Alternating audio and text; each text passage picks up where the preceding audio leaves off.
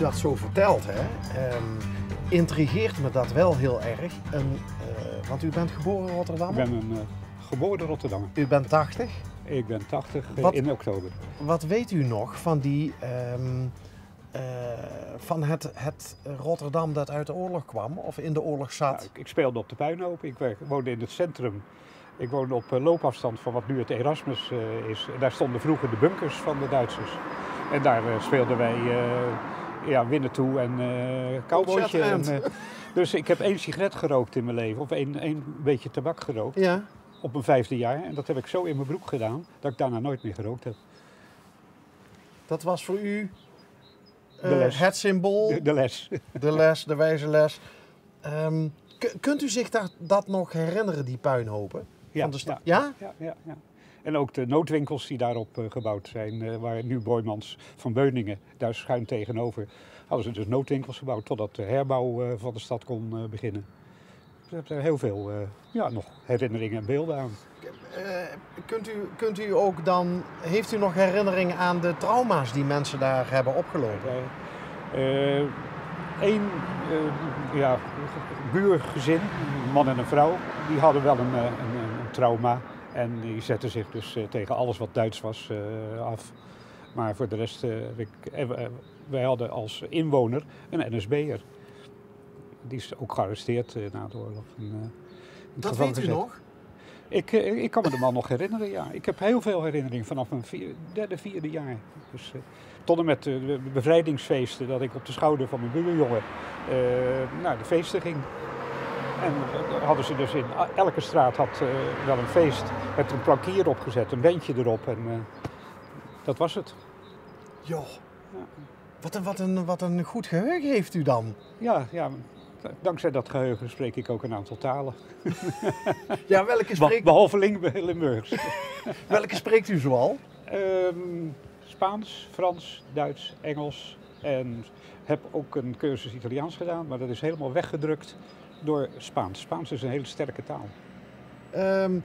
Dat is u vast en zeker goed van pas gekomen, ook in die tijd dat u directeur was bij dat...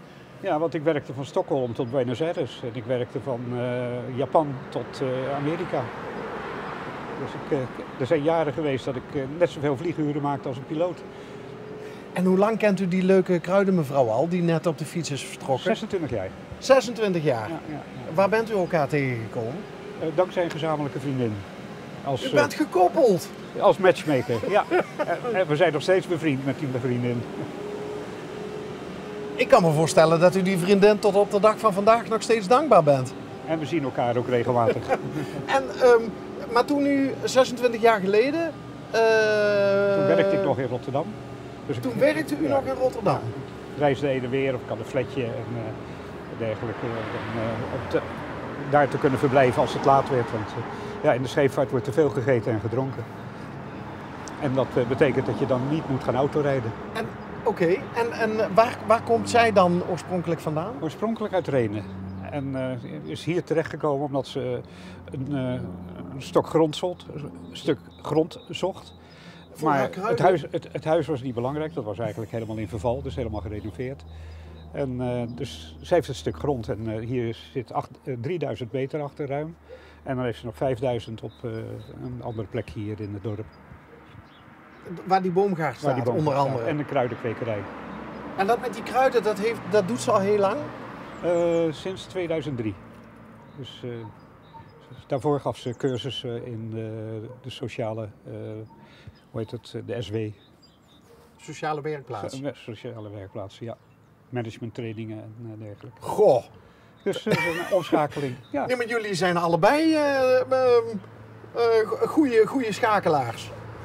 Precies. Dat is toch het hele leven, schakelen? Nou, als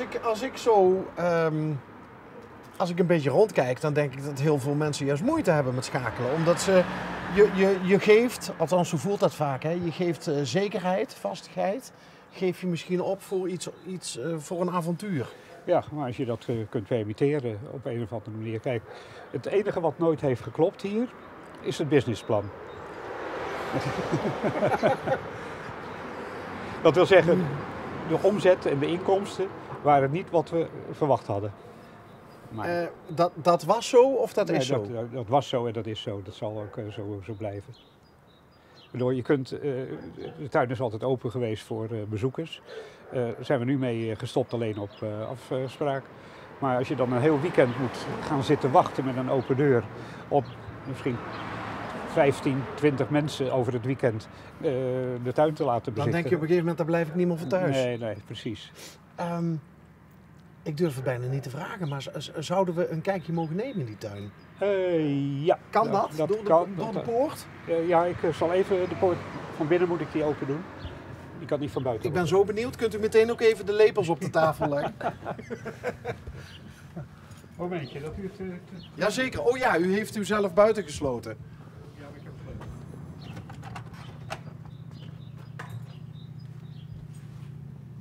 Wat een geweldig pand. Ik ben eigenlijk... Sorry?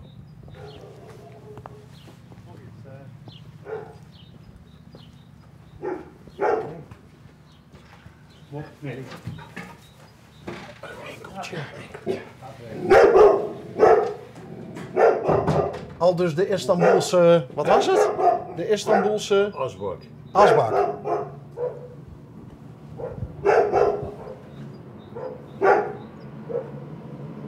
Wat een enorm leuk klein... En een soort van levensboom, hè? Ja.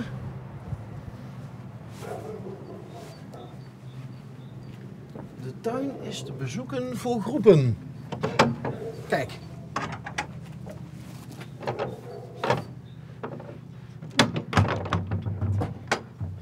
Sesam, open u. Ja, ik zag net al trouwens binnen die prachtige boom.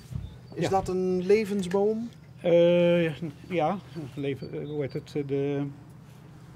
Nou, De moederboom? ja, Ja, ik ben de naam ook... hij staat hier ook. We hebben in Portugal laten maken. Oh, waar ze enorm goed zijn in tegeltjes en zo. En, ja.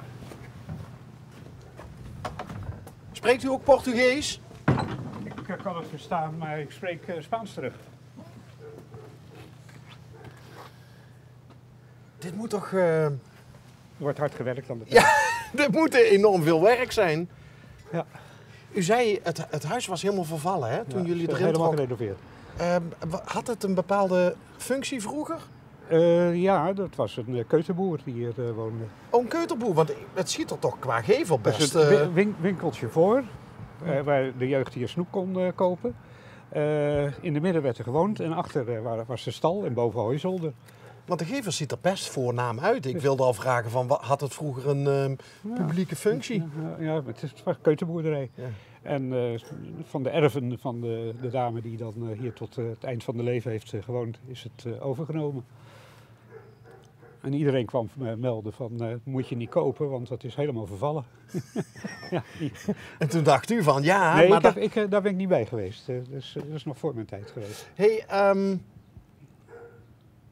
wat wilde ik nou vragen? Oh ja, hoe lang heeft u over het huis gedaan voordat het zo was in de staat? In die staat heeft het 5 jaar geduurd. 5 jaar? En toen kwam ik pas binnen. Dus het was kant-en-klaar voor mij. Ja, instap. Ja, gewoon instap. Levensloopbestendig? Ja, inmiddels wel. Oké. Dus u gaat hier ook niet meer weg? Zit er niet in. Waar er nu staat mag eventueel nog een huis gebouwd worden. Maar we vinden de tuin veel mooier als een huis naast ons. Ook al kun je daar een bejaardenwoning van maken. En u bent allebei nog gezond van lijf en leden? Ja, zelfs met mijn 4e COVID-prik. Kijk, dan kan het niet zo verkeerd zijn, toch? Nee. We gaan ook binnenkort in Oostenrijk, van Oostenrijk naar Italië, naar de Adriatische Zee fietsen. Met z'n tweetjes. Joh, Nu de tuin u wordt niet in meer- oktober 80. Ja. En dan denkt u van, ik fiets nog even kriskras. Ja, ik ben al 2 keer naar Zwitserland, 2 keer van Zwitserland naar Rome gefietst. Zuidelijk van Parijs naar de Pyreneeën. Wel met een e-bike, moet ik erbij zeggen. Maar desalniettemin. Ja, Dus, Kunnen jullie goed met elkaar bomen, Frank? Want Frank is ook een internationaal fietser. Oké. Maar van e-bikes moet je niks hebben, hè? Nee. Nog niet. Nog niet. Kom wel, kom Ja. wel. Kom wel. Even nog terug naar... want ik ben ooit op vakantie voor de enige keer in mijn leven in een Zwitsers restaurant terechtgekomen. Daar zijn we volgens mij die vakantie wel 3 keer geweest. Zo lekker was het eten daar. In Den Haag of Amsterdam? Nee, in Spanje. Oh, in Spanje. En wat was nou toch niet de Züricher Geschnetzeltes die Nou, het dat best was wel gingen? heel populair met Spätzli of met Rösti erbij.